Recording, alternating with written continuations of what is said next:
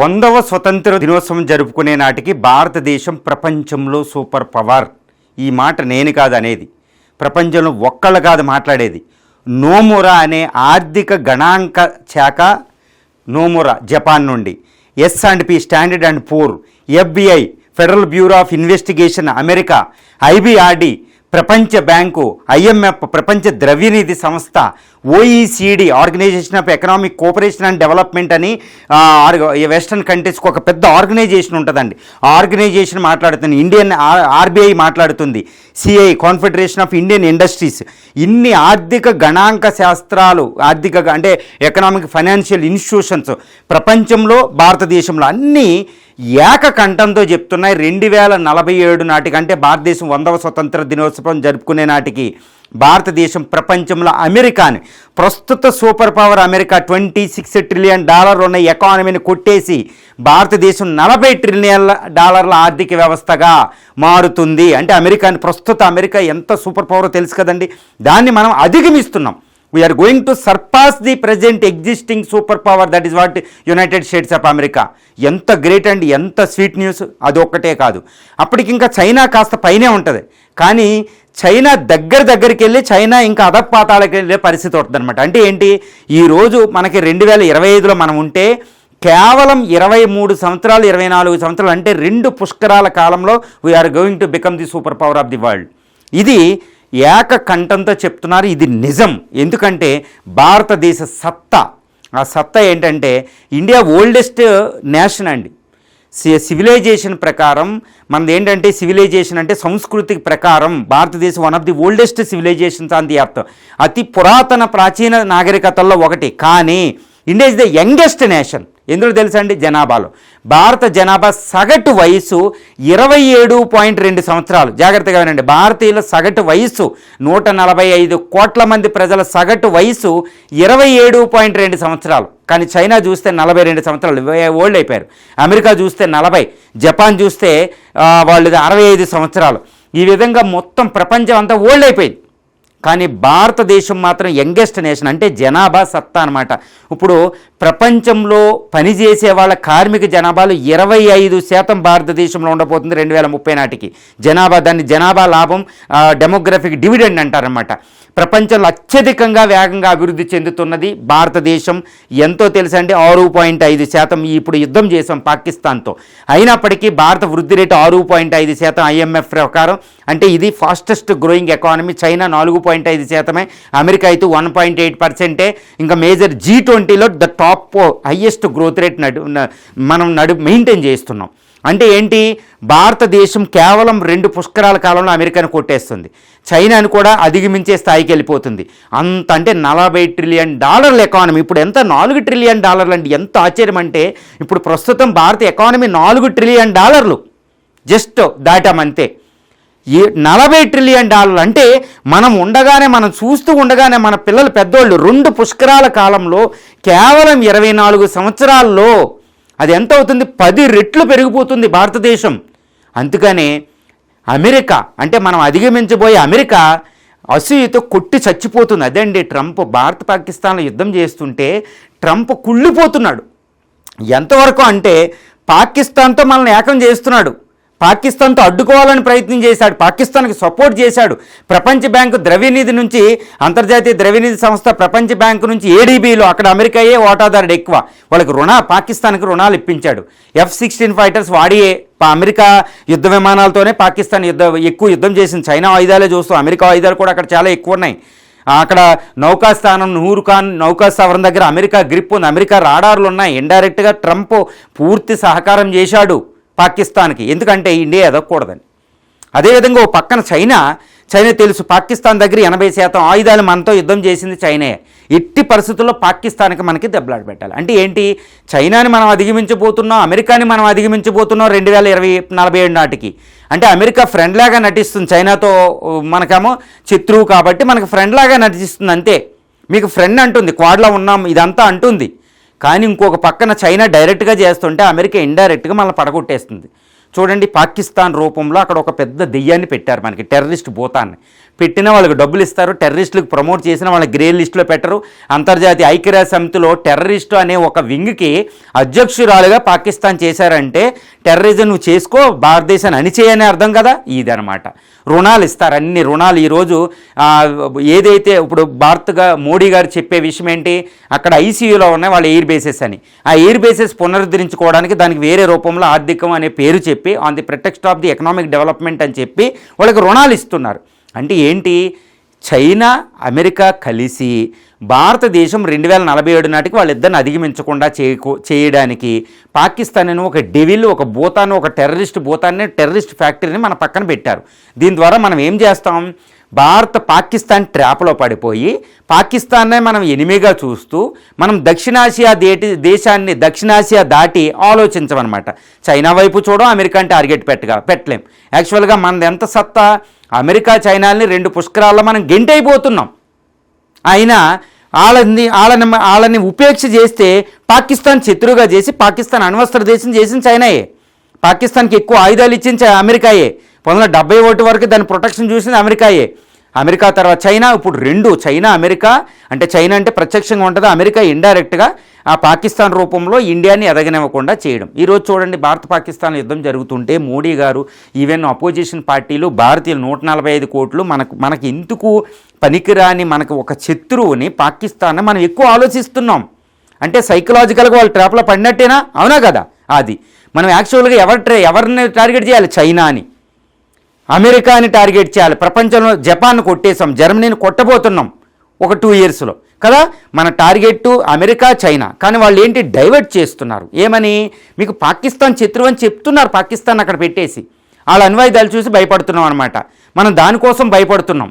అది ఇప్పుడు ఏంటంటే పాకిస్తాన్ మనం పట్టించుకోకూడదంటే నిర్లక్ష్యం చేయడం కదా, దాన్ని సర్వనాశనం చేసి మనం చైనా, అమెరికాని టార్గెట్ పెట్టాలి. కానీ అలా అని ఎక్కువ కాలం యుద్ధం చేయకూడదు. మోడీ గారు చేసింది కరెక్ట్ అనమాట.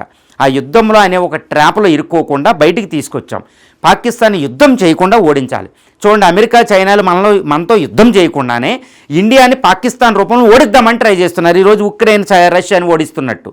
అవునా కదండి. ఉక్రెయిన్ రష్యాను ఓడించకపోయినా రష్యాతో 3.5 సంవత్సరాల యుద్ధం చేసిందంటే అంత పెద్ద రష్యాతో రష్యా ఇబ్బంది పడుతుంది కదా. ఆర్థిక వ్యవస్థ ఏమీ లేదు కదా, గ్రోత్ రేట్ లేదు కదా. అంటే ఒక రకంగా రష్యా అవమానమే కదా, ఓడినట్టే కదా. ఈ విధంగా పాకిస్తాన్ ఉక్రెయిన్ కంటే చాలా బలమైంది కదా. దీని ట్రాప్లో మనం పడ్డామనుకోండి, చైనా రష్యాలు ఎదిగిపోతూ ఉంటాయి. ఇండియా ఎప్పుడు ఎదగదు. మనం సూపర్ పవర్ అవ్వాల్సిన అవకాశాన్ని మిస్ అవుతాం. అంటే ఏంటి, మోడీ గారు ఈరోజు చేసింది యుద్ధాన్ని అలా ఆపి పాకిస్తాన్ నాశనం చేస్తున్నారు. ఆపరేషన్ సింధూర్ కంప్లీట్ కాలే. పాకిస్తాన్ పని పడతామంటే ఏంటి, మీరు ఇండైరెక్ట్గా చైనా, అమెరికాలు మీరు దానికి సపోర్ట్ చేస్తున్నారు, మేము దాన్ని నాశనం చేస్తాం. పాకిస్తాన్ సర్వనాశనం, పీఓకే తీసుకుంటున్నాం, బలిసిస్తాన్ డిఫరెంట్ చేస్తాం. ఇది మోడీ గారు అద్భుతం చేశారు. కానీ ఇక్కడ ఒకటి, ఇండియా సూపర్ పవర్ అవడానికి దీనికి ఉన్న సత్తా ఏంటంటే మార్కెట్, జనాభా లాభం, natural resources, highest growth rate, పెట్టుబడుల గమ్యస్థానం. దీనికి అనుకూలంగా మనకు లోటు ఏంటి, ఇన్ఫ్రాస్ట్రక్చర్. అందుకే మోడీ ఏం చేస్తున్నారు, the best of the best world class infrastructure అనమాట. ఇండియాలో మీకు ఫ్రైట్ కారిడార్స్ ఉంటాయి. ఇండియా అంతా వస్తుంది. ఢిల్లీ ముంబై ఇండస్ట్రియల్ కారిడారు, ఢిల్లీ అమృత్సర్ నుంచి కలకట్టా ఇండస్ట్రియల్ కారిడారు, ఇటు కలకట్టా నుంచి చెన్నై దాకా కన్యాకుమారి వరకు, ఇటు కన్యాకుమారి నుంచి బెంగళూరు నుంచి ముంబై ఇండస్ట్రియల్ కారిడారు, ఇటు Mumbai to Hyderabad industrial corridor, Hyderabad నుంచి నాగపూర్ వచ్చేసి హైదరాబాద్ వచ్చి మళ్ళీ ఇటు ఒడిశా వెళ్ళిపోతుంది. ఇలా ఇండియా అంతా ఒక ఇండస్ట్రియల్ కారిడార్స్ వస్తుంది, ఫ్రైట్ కారిడార్. అదొకటి. Golden triangle project, north south west infrastructure projects. తర్వాత ఒక ట్రైన్ కారిడార్స్ వస్తాయి, ఒక డెడికేటెడ్ ఫ్రైట్ కారిడార్ అంటారు, అది ఒకటి. ఇండస్ట్రియల్ కారిడార్ హ్యూజ్ ఇన్వెస్ట్మెంట్ అనమాట. ఇక సాగర్మాలా ప్రాజెక్టు, ఇక Atmanirbhar Bharat, PLI scheme, product linked export policy అండి, ఇలా ఎగ్జిమ్ పాలసీ అని, ఇలా అద్భుతం. దానికి అంతటికంటే అద్భుతం ఏంటంటే అమృతకాల లక్ష్యాలు. 2047 నాటికి భారతదేశాన్ని ప్రపంచంలో సూపర్ పవర్గా నిలిచేది భారత పునరుజ్జీవనం. అంటే మనం ఏమంటామంటే భారత పునరుజ్జీవనం అంటే ఒకప్పుడు సూపర్ పవర్ ఇది, యాంగ్యూస్ మాడిసన్ చెప్పినట్టు.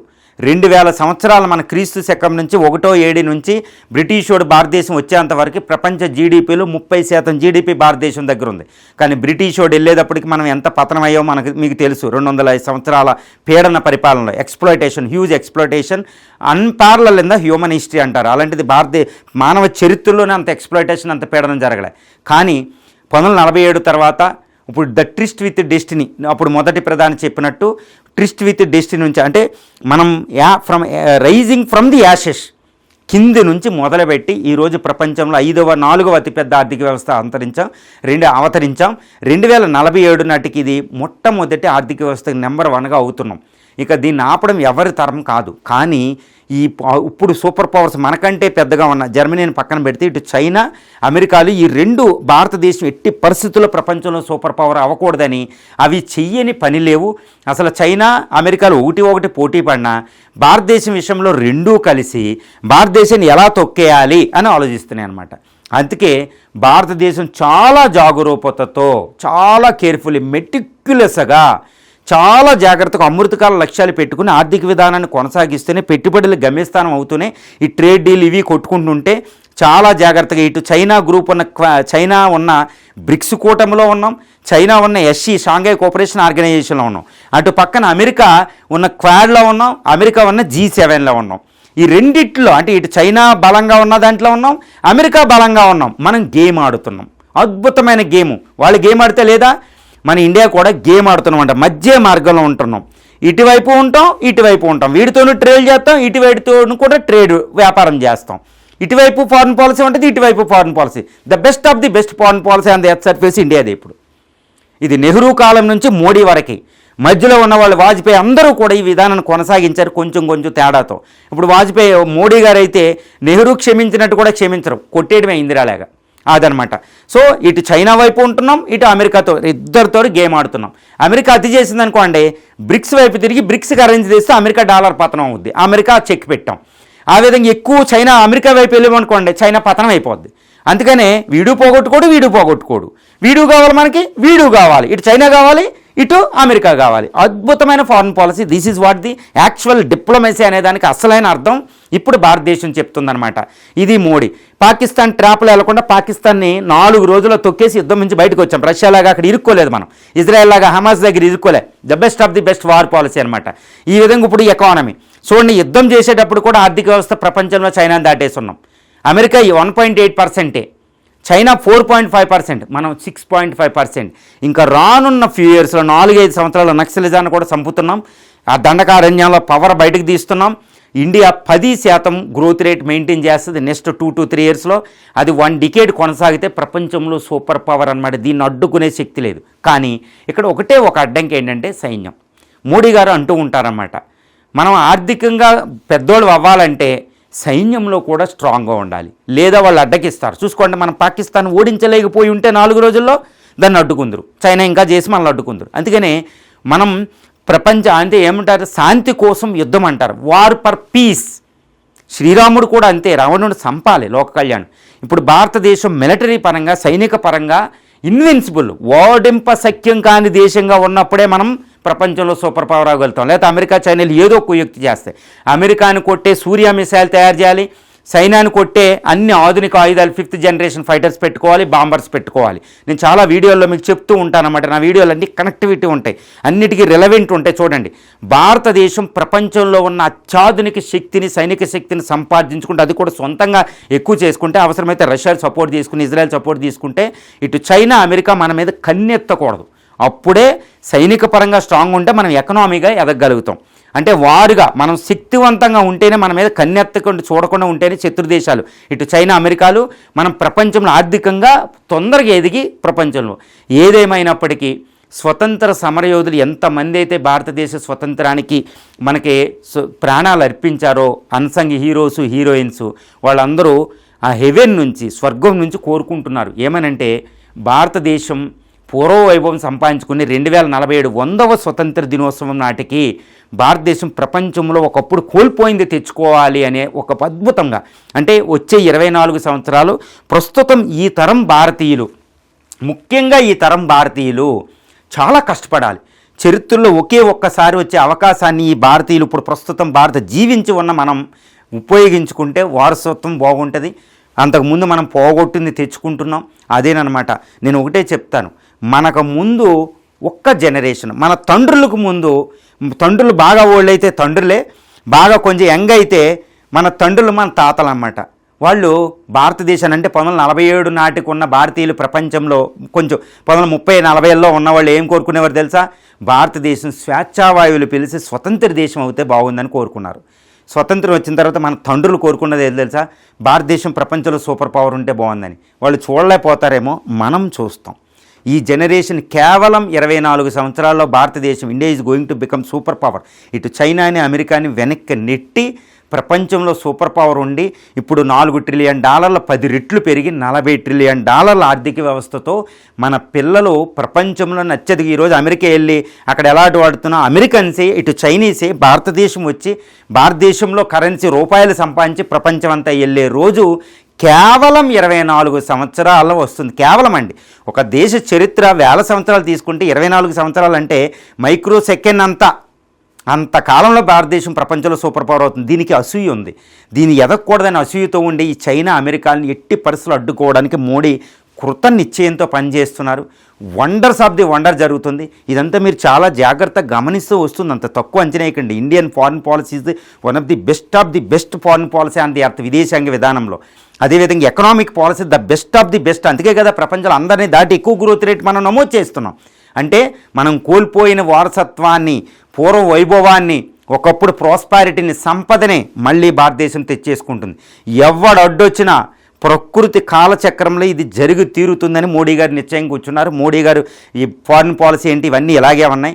ఏదేమైనప్పటికీ ఆ రోజు మనం చూడాలి. 100వ స్వతంత్ర దినోత్సవం భారతీయులు ఎలా జరుపుకుంటారు, ఎంత ఉత్సాహంగా జరుపుకుంటారో మనందరం కూడా దాన్ని చూడాలని ఆశిద్దాం.